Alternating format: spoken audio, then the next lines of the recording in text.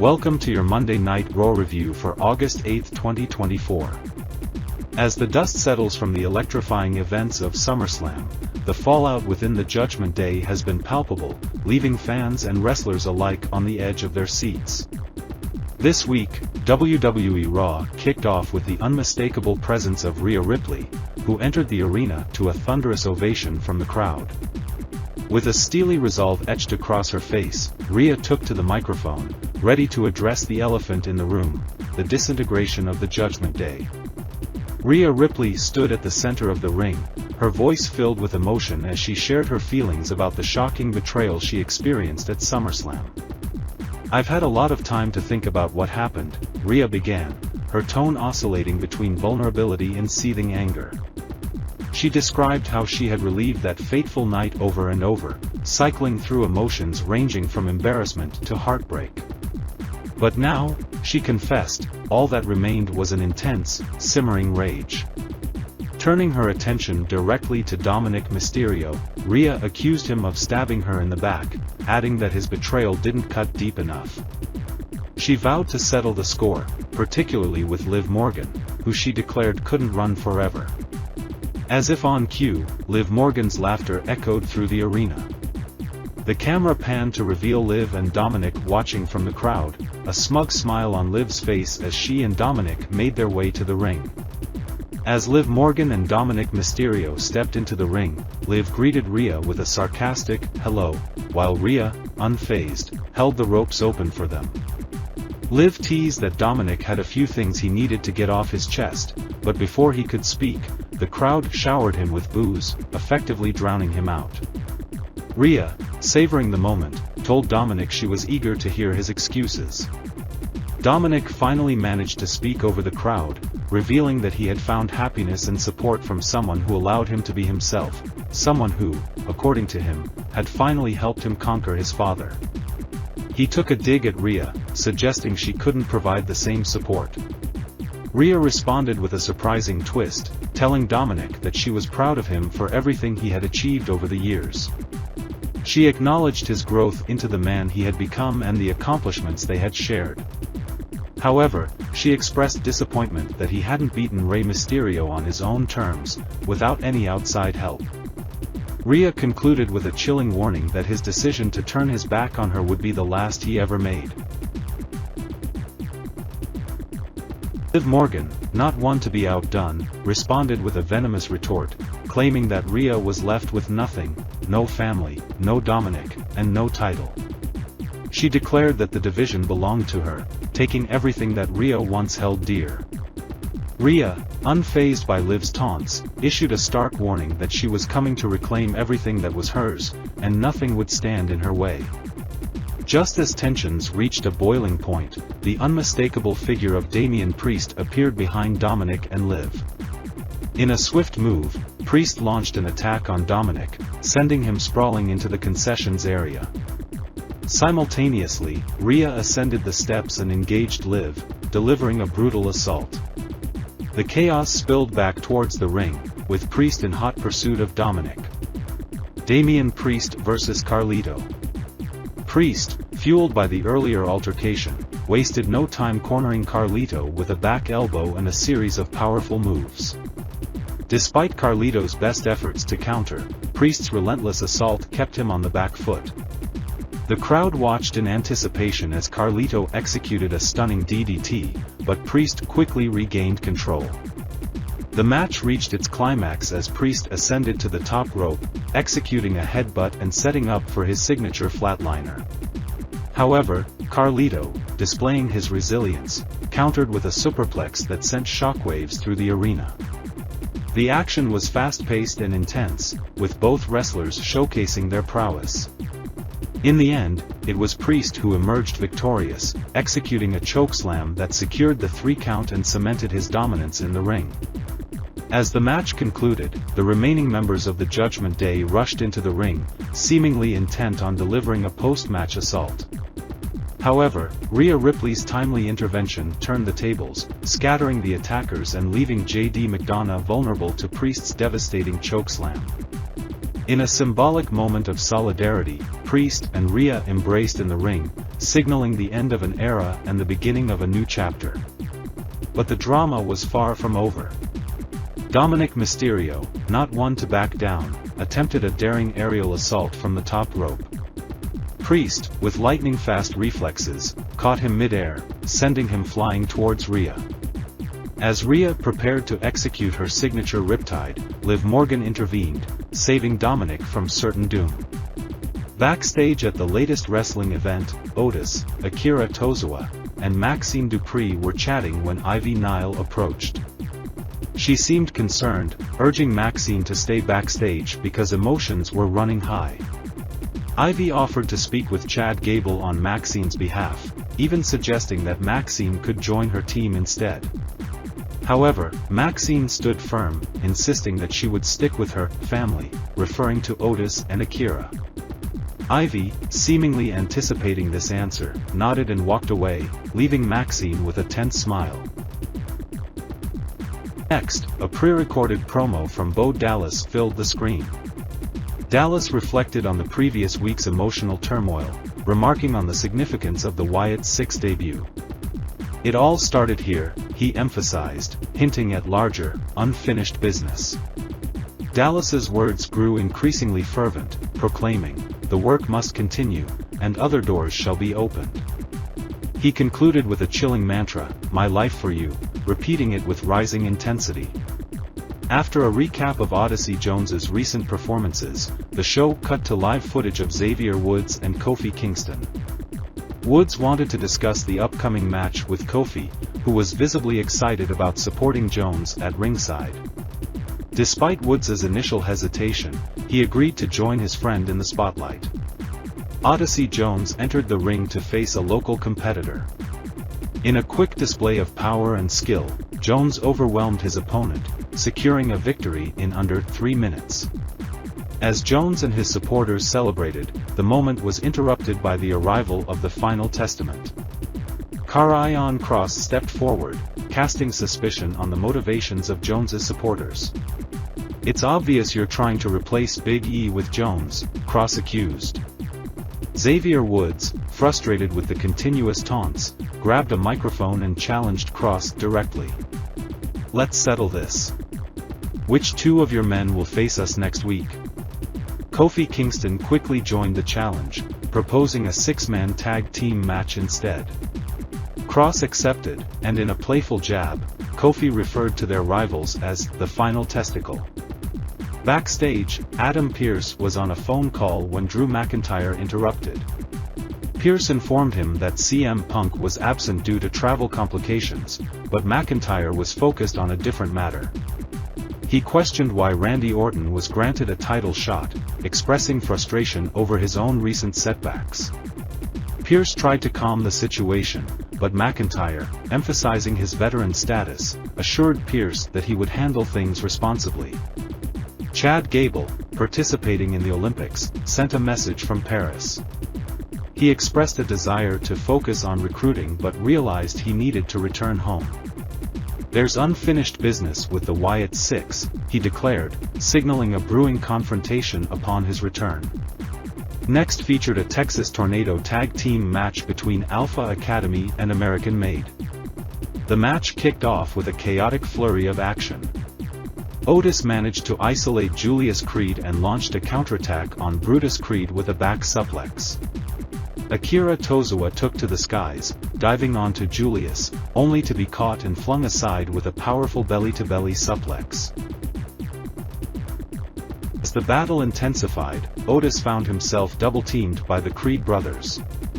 With a series of kicks, punches, and strategic moves, the Creeds cornered Otis, delivering a punishing assault. However, Otis proved resilient, fighting back and teaming up with Akira for a high-flying offense. Akira leaped from the top rope, executing a crossbody that took down both Creeds, allowing Otis to swing him like a human battering ram. The match escalated as the Creeds dismantled the announce table, preparing for a decisive move. Julius and Brutus continued their assault, but Otis and Akira were not to be outdone. Akira hit a double DDT, creating an opening for Otis to unleash a series of devastating moves, including the world's strongest slam and the caterpillar, nearly securing the victory. In a dramatic turn, Akira managed to rally and deliver a stunning sequence of maneuvers, sending the Creeds reeling. Just as it seemed Akira and Otis had the upper hand, Julius managed to catch Akira, setting up a breathtaking power move involving all four competitors.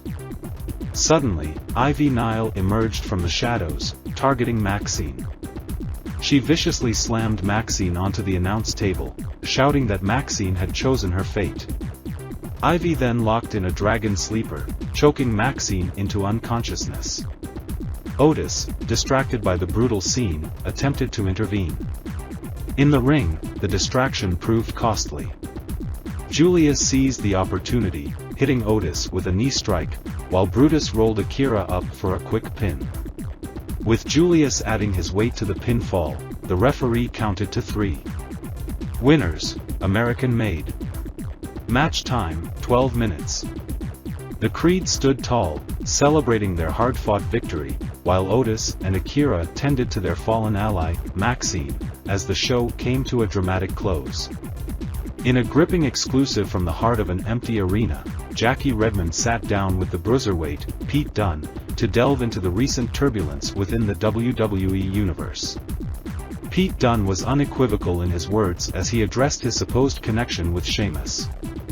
"Let's get one thing clear," Dunne declared with a steely gaze. "I was never under Sheamus' wing. He didn't elevate me, I elevated him. Together, we embarked on a remarkable journey that should have propelled us to new heights. Instead, it landed us with a ridiculous nickname and front row seats to The Sheamus Show. If Sheamus was truly leading us, then where's Ridge Holland? Where's the loyalty to his supposed protégés?" Redmond then tentatively brought up the name Butch, which clearly struck a nerve. Dunne, visibly irritated, retorted, "Don't mention that name again. I am not Butch, I am the bruiserweight. I've got 18 years in this business, and if I need to shut Sheamus up for good to erase that name from everyone's lips, then that's exactly what I'm going to do." As the segment wrapped, the focus shifted back to the ring, where Bronson Reed had recently decimated Seth Rollins. Reed, now face-to-face with Adam Pearce, didn't mince words. "You're lucky to just be getting fined," Pearce cautioned. Reed, unfazed, responded, "Get me an opponent for tonight, or I'll find my next victim myself." The next chapter of the night featured the confident faction Damage Control, with Kairi Sane and Io Sky leading the charge, discussing their future plans and vendetta against Shayna Baszler, Zoe Stark, and Sonya Deville, collectively known as the Pure Fusion Collective. Sane, resolute in her tone, vowed, "What they did to Dakota will be repaid tenfold. We're here to end Shayna and Zoe's dreams of domination." Meanwhile, across the arena, Sonya Deville, alongside her allies Shayna Baszler and Zoe Stark, prepared for their match with a chilling proclamation. "Damage Control is old news. We're here to set the new standard. By the end of the night, we'll leave no doubt that we are the most dominant force in WWE." As the bell rang, the air crackled with anticipation. Shayna Baszler and Zoe Stark, representing the Pure Fusion Collective, squared off against Kairi Sane and Io Sky of Damage Control. The match began with Io Sky facing Shayna, quickly transitioning control by tagging in Sane. The pair worked in tandem, hitting Baszler with a series of quick maneuvers, culminating in a double dropkick that sent Baszler reeling into the corner. Sane seized the moment, delivering a swift sliding forearm followed by a high-flying leap from the top rope, narrowly missing the pinfall. Baszler, showing her resilience, tagged in Zoe Stark, who immediately shifted the momentum. After weathering an onslaught from Damage Control, Stark retaliated with a devastating backbreaker on Sane, coupled with a powerful clothesline. As the match progressed, a fierce exchange of moves kept the audience on the edge of their seats. Shayna Baszler managed to set Sane up for a suplex, but Sane turned the tables with a skillful DDT, tagging in Io Sky. Sky, a whirlwind of energy, unleashed a series of kicks and dropkicks, leaving the Pure Fusion collective struggling to regroup. In a pivotal moment, with Zoe Stark seated in the corner, Sky launched into a dazzling double knee strike, followed by a near pinfall. The tension escalated as the teams exchanged blows, each seeking to gain the upper hand. The match reached its climax with interference from Sonya Deville, who distracted Io Sky just long enough for Shayna Baszler to strike. A flurry of moves ensued, with Sane delivering a back fist to Baszler and Sky executing a breathtaking moonsault. However, the chaos culminated in Isla Dawn and Alba Fire storming the ring, attacking Damage Control and causing a disqualification. Winners by disqualification, Damage Control. Match time, 8 minutes and 34 seconds. As the dust settled, Isla Dawn and Alba Fire stood tall, their message clear: they would not be sidelined or underestimated. Backstage, R-Truth is seen chatting with The Miz. "I've got something special lined up for you," R-Truth announces, flashing a mischievous smile. "To make it up to you, I've secured a title match against Braun Breaker." With a confident smirk, The Miz nods approvingly, until the screen flashes, and it's not Braun Breaker who appears but the imposing figure of Bronson Reed. Instantly, The Miz's demeanor shifts to panic. "Are you kidding me?" he exclaims, his voice tinged with disbelief. Just as tension reaches a fever pitch, Randy Orton makes his entrance. He leans in toward The Miz and whispers, "Bronson was the one who took Seth Rollins out. Be careful." Despite the warning, Orton rallies The Miz's spirits. "You've got this," he assures, but as The Miz walks off to face his unexpected opponent, R-Truth turns to Orton, curiosity evident on his face. "Do you really think he stands a chance?" Truth asks. Without a word, Orton simply walks away, leaving Truth pondering the impending match. Moments later, Randy Orton strides out to the ring, his presence commanding the audience's attention. 20 years ago, I became the youngest champion in WWE history, Orton begins, his voice resonating with pride. At the Bash, I will rewrite history once again and claim my 15th World Heavyweight Championship. His declaration is met with a roar of approval from the crowd. Before Orton can continue, the music of Gunther hits, and the current champion walks out, looking sharp in a tailored suit with the championship belt draped over his shoulder. "Let's capture this moment," Gunther says, mocking Orton's confidence. "Yes, let's take a picture because soon, this belt will be around my waist again," Orton retorts. Gunther steps into the ring, his expression a mix of admiration and disdain. "Orton, you're one of the greatest. But at the Bash, you will fall. This is a new era, the era of the ring general. In my era, there's no room for wasted potential." Gunther's words strike a nerve as he continues, "Your grandfather, your father, and now you, when it truly matters, you always screw up." Orton, visibly angered, drops his mic and seethes. As tension mounts, Drew McIntyre's music blares through the arena, diverting Gunther's attention for just a moment. Sensing his opportunity, Orton hits Gunther with a devastating RKO out of nowhere. While Gunther reels from the surprise attack, Drew McIntyre, standing shirtless and ready for a fight, eyes the fallen champion. Suddenly, CM Punk emerges from the crowd, launching a surprise assault on McIntyre. Drew counters with a Glasgow kiss, momentarily stunning Punk. McIntyre then removes his belt, preparing to strike, but Punk dodges, snatches the belt, and unleashes a series of vicious whips across McIntyre's back and chest. The intense exchange sends McIntyre scrambling into the crowd, Punk hot on his heels. Backstage, an enraged CM Punk continues his pursuit of McIntyre but crosses paths with a furious Gunther instead.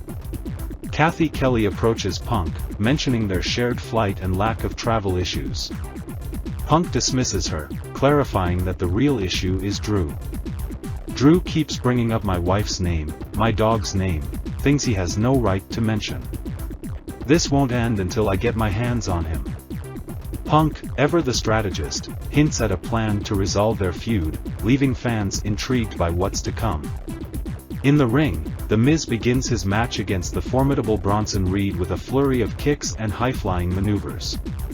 Despite his best efforts, The Miz is met with the unstoppable force of Reed, who counters with a massive elbow drop.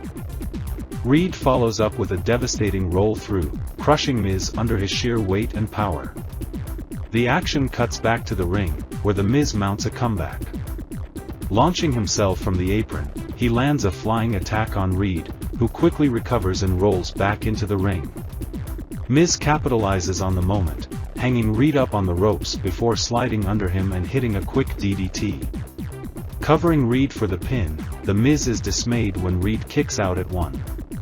Undeterred, Miz sends Reed into the corner and follows up with a thunderous clothesline. Attempting a springboard crossbody, The Miz is caught in midair by Reed, who counters with a devastating DVD. Sensing victory, Reed ascends the top rope, the crowd's anticipation reaching a crescendo. With a mighty leap, Reed executes the tsunami, crashing down onto The Miz for the pin.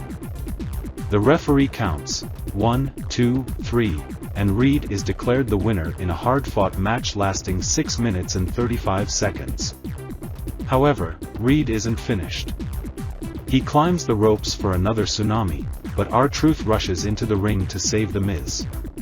Reed, undeterred, delivers the tsunami to Truth instead, followed by a relentless series of attacks. WWE officials and agents flood the ring, attempting to subdue Reed, but their efforts are futile. Reed delivers one final, emphatic tsunami before finally leaving the ring, only to return for one more devastating blow to Truth. As the buzz builds backstage, Sami Zayn prepares himself for the looming challenge ahead, his focus unwavering. Suddenly, Jey Uso bursts in, brimming with energy and encouragement. "It's time to get hyped, Sami," he exclaims, clapping a hand on Sami's shoulder. Sami responds with a determined nod but can't help expressing his concerns. Braun is no pushover, he admits, knowing the fierce reputation of his opponent, Braun Breaker. Jay's face turns serious for a moment before he flashes a confident grin. "Listen, you're going to take him down tonight, and then we're coming for the Judgment Day to reclaim those tag team titles." WET Intercontinental Championship Showdown, Sami Zayn vs. Braun Breaker. The atmosphere is electric as the bell rings for the highly anticipated 2 out of 3 falls match for the Intercontinental Championship. Sami Zayn, riding on a wave of confidence, squares off against the imposing Braun Breaker. The initial moments of the match see Braun seizing control, cornering Sami with a series of powerful shoulder thrusts. Sami rallies back, launching a barrage of right hands before they hit the ropes. With a deft maneuver, Sami leaps over Braun, sending him crashing outside the ring. Not missing a beat, Sami soars over the top rope, delivering a spectacular dive onto Braun to the delight of the crowd. As we return from the break, the tension escalates. Sami attempts a quick pinfall but only secures a 2 count. Braun, undeterred, hoists Sami up and bellows in his face, "You're not taking this from me." Sami pulls himself up, countering Braun's whip with a sharp kick to the chest. A quick elbow follows, but Sami misses a right hand. Braun takes advantage, hitting the ropes and catching Sami midair with a stunning power slam. He covers Sami, 1, 2, but Sami kicks out. The momentum shifts as Sami hits a corner DDT on Braun, going for the pin once more, 1, 2, and Braun kicks out again. Sami remains relentless, springboarding off the bottom rope. However, Braun is ready, snatching him in midair and delivering a thunderous German suplex. Braun presses his advantage, cornering Sami with clotheslines. He aims for a third, but Sami counters with a hell of a kick out of nowhere. Sami goes for the cover, 1, 2, 3. Winner of Fall 1, Sami Zayn. With adrenaline pumping, Sami celebrates his victory, while Braun regroups outside the ring. Determined to capitalize, Sami follows, delivering a series of chops and whipping Braun toward the barricade. Braun reverses the momentum, sending Sami hurtling into the barricade. In a display of athleticism, Sami leaps off the barricade for a moonsault, but Braun catches him mid-flight and viciously lawn darts him into the timekeeper's area, leaving the audience in awe. Coming back from another break, Braun unleashes a jaw-dropping Frankensteiner. He covers Sami, 1-2, but Sami kicks out. Pat McAfee, on commentary, aptly dubs it a Breakensteiner. Braun is on fire, executing a gorilla press followed by a devastating spear. With a flourish, he pulls down his straps, signaling he's not finished. Braun charges again, delivering another brutal spear, and covers Sami, 1-2-3. Winner of Fall 2, Braun Breaker. The match now tied. Braun tries a lazy cover, but Sami reverses it into a crucifix pin, 1-2, but Braun escapes. Frustration builds as Braun lands a heavy right hand, dropping Sami to the mat. Sami rolls out near the announcer's table, and Braun pursues, smashing Sami's face into the table. Braun breaks the count, standing on the apron before launching himself with a clothesline that flattens Sami on the table. As the referee counts, Sami stirs at the last moment, sliding back into the ring at the count of 9, much to Braun's disbelief. Seizing the moment, Sami hits a sunset flip powerbomb from the corner, transitioning into a pin, 1-2, but Braun kicks out. The action continues at a breakneck pace as Braun charges for another spear, but Sami deftly hops over, countering with a roll-up, 1-2. Braun kicks out. Braun strikes with a high knee, rebounding off the ropes, but Sami catches him with a big kick, and falls into another pin attempt, 1-2, and yet again, Braun kicks out. Sami drags Braun into position and ascends the top rope, ready to finish the match. But Braun, showing his resilience, rolls onto his stomach and gets to his feet. Braun charges up the corner, colliding with Sami with a headbutt that leaves them both reeling. In a last-ditch effort, Sami leaps, only for Braun to counter with a colossal spear. Braun covers, 1-2-3. Winner, Braun Breaker. Match time, 17 minutes and 28 seconds. Braun Breaker is your and still Intercontinental Champion, as the show comes to a thrilling close. But don't forget our regular schedule on YouTube with the Raw review on Mondays where Big Time and Paulus Clark break down the episode, on Tuesdays on our Patreon and Wednesday on YouTube the NJPW Rebound podcast with your host Miguel Z. On Fridays we have the Smackdown post-show review, and our flagship show on Sundays, the weekly Roundup podcast that can be found at 8 p.m. Pacific Standard Time. But if you thought that was the last of it, the Value of Wrestling brings you even more content on our free Patreon with articles and podcasts not uploaded to YouTube. If you want to catch up with NWA Power, NXT, Ring of Honor, and TNA Impact, well then you will have to sign up on our free tier Patreon. In addition, you never know what new and fresh content will be posted, so sign up today. Thank you for spending your time with us because without you, there is no value.